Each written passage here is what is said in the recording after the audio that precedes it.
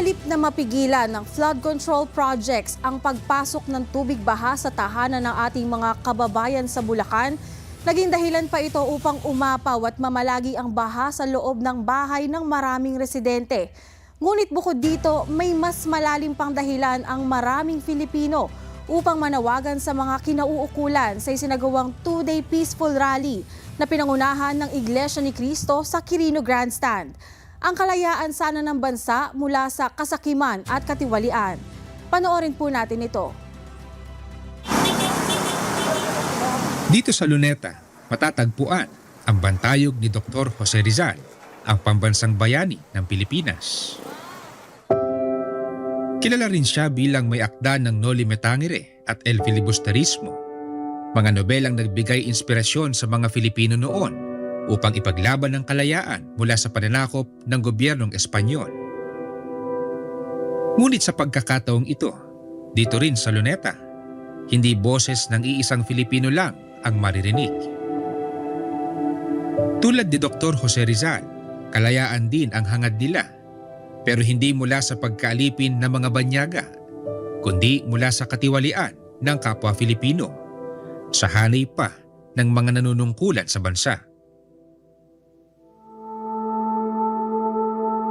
Lalo nating maiintindihan ang damdamin nila kung personal nating makikita o mararanasan ang pinaghuhugutan ng kanilang saloobin. Mahigit 5 buwan na ang baha rito sa Kalumpit. Ang itinuturong dahilan ng mga residente, ang kinurakot na flood control projects.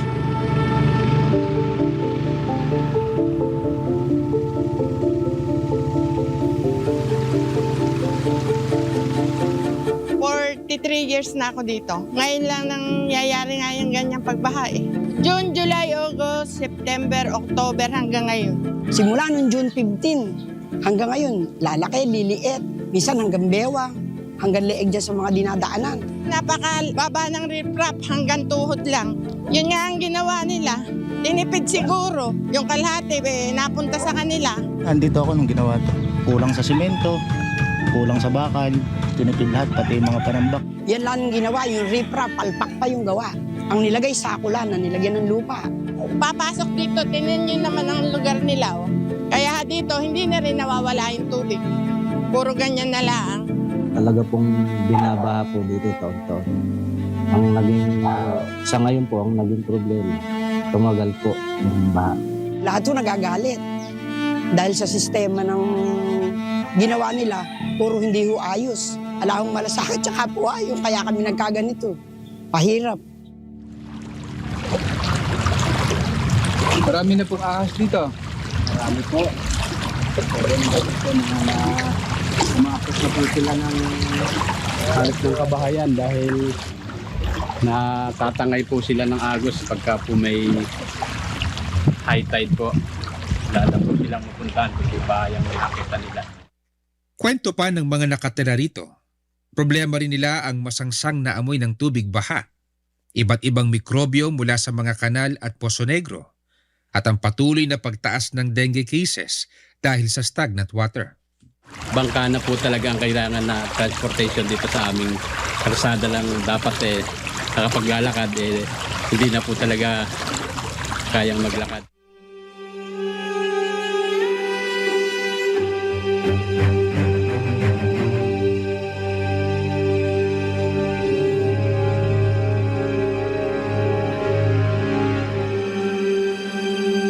Siguro yung iba po, second floor talaga. Pero kami po, bubong po, hindi po talaga matatawag na second. Ginawa na lang po na paraan ng asawa ko para lang po meron po kaming malikasan. Hindi na po talaga siya pwedeng tirahan. Lagi po kasi siyang may tubig.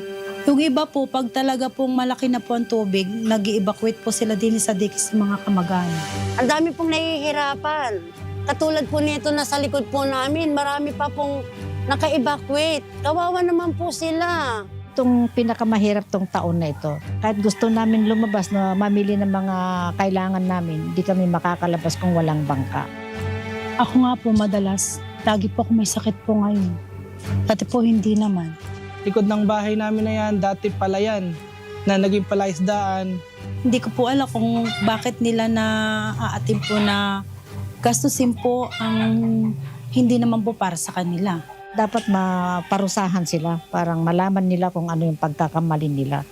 Kaya pakiusap ko lang po Pangulong Marcos, bigyan naman po natin ng hustisya ng mga naka-evacuate po natin dito. Wala na silang natutuloyan sa kanilang bahay. Lahat po kami galit.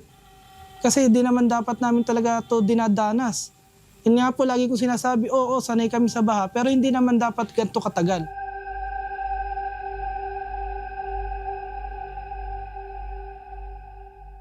Ito po yung pinakabukid eh. Kaya po masiglay po yung mga tao rito. Wala pong may bahay dito nung araw na walang tanim na mga gulay. Dito po sa dinadaan natin ngayon. Ito po karsada talaga pong lalakad ng tao, nakakapaglakad. Baliktad na ho ngayon. Wala nang sasakyan, puro bangka. Puro bangka na po. Paano po kung wala kang bangka? Napakahirap po. Makikisakay ka lang po. Dapat inayos silang mabuti. Hindi, kinurakot. Diba? Ngayon, pinahirapan mga tao dito. Sa tingin niyo po, kung maayos yung kanilang mga ginawa, hindi ganito. Oo, lalabas yung tubig. Sana po, pagawa po na lang nila yung daan nito. Yung sa amin.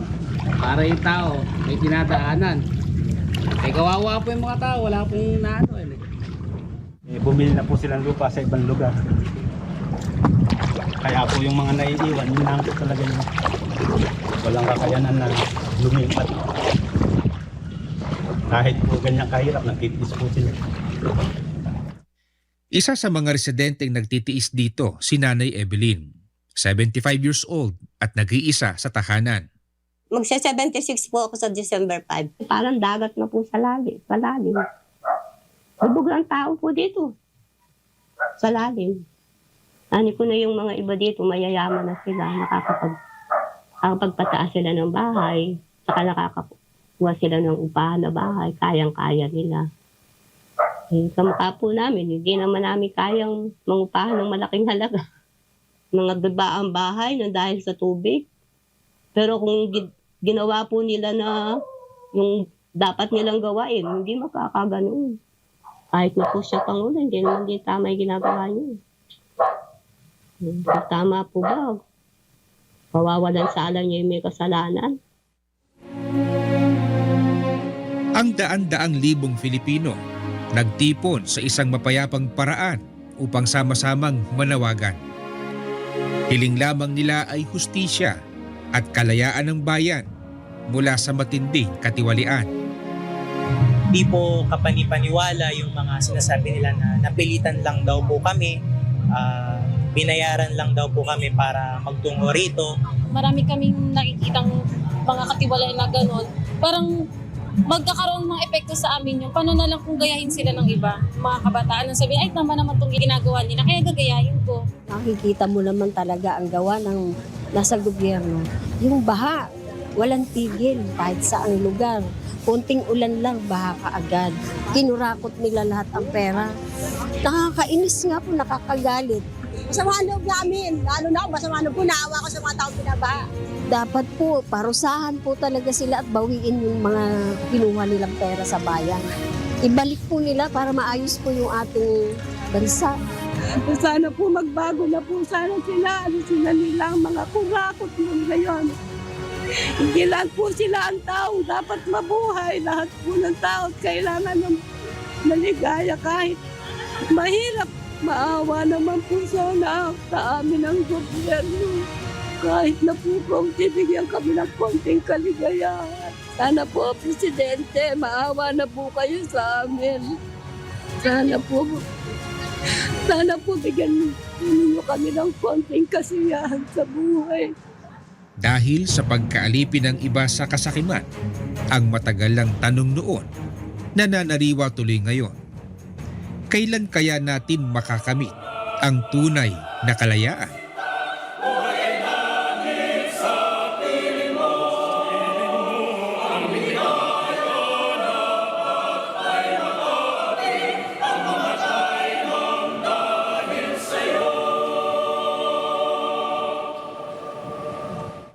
Ako si Felix Rodas para sa Rally for Transparency and a Better Democracy special coverage. Marami ang nagagalit dahil sa sistemang pansariling kapakinabangan lamang ang inaatupag na nawawala na ang malasakit sa mamamayan na sanay natutulungan.